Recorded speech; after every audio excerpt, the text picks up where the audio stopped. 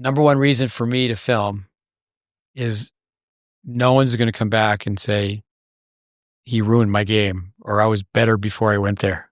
The reason I brought it up this morning is because I think we experienced growing pains, and we've let go of a few things that we had a good hold on in regard to documenting that.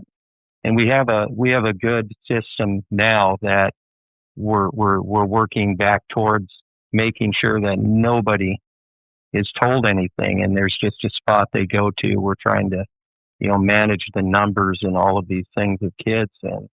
But I just think day one, going through that, and I love, how you can call it whatever you want, player development assessment, if it's advanced player, but it's just an analysis. And I think the way that you have done it, never really wavered on it in terms of you haven't not done it. I think it's hard to do, but I can tell you that it's critical, because what I found is everybody forgets. Everybody forgets where they were, where their kids were.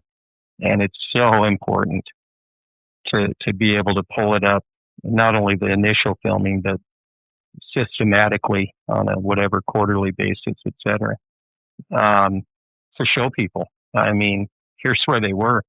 And I think it can win a lot of arguments without having to get into an argument just by flipping video on.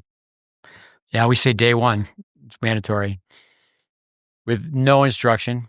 But that doesn't mean, so you can have somebody come and hit, you're really, obviously really busy, but okay, let's put a camera up on the fence and okay, we're going to film you just rallying.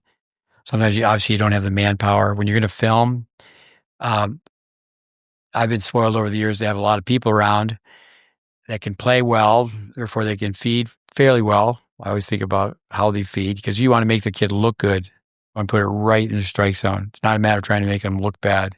Number one reason for me to film is no one's going to come back and say he ruined my game or I was better before I went there.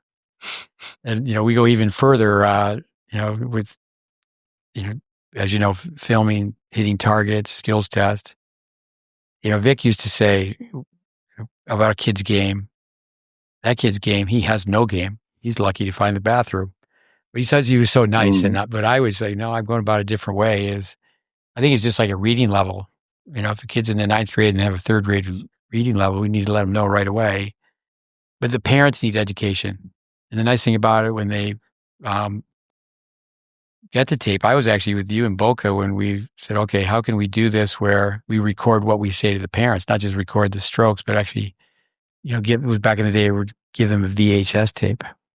I don't really like it when, they do a split screen. I say tennis academies, instructional programs, they do a split screen where, a kid's hitting the forehand next to Federer. And it's like, no, we don't need to have all the bells and whistles. Let's just film the kid's forehand. Let's not tell him he's close. He looks a lot like Roger. As what's happening through that hitting zone. But with filming, we film running, throwing, we film rallying, we film point play, and we film each basic shot from 3 different angles.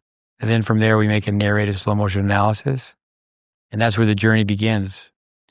And, then the kid's supposed to watch the tape 3 times, send us notes.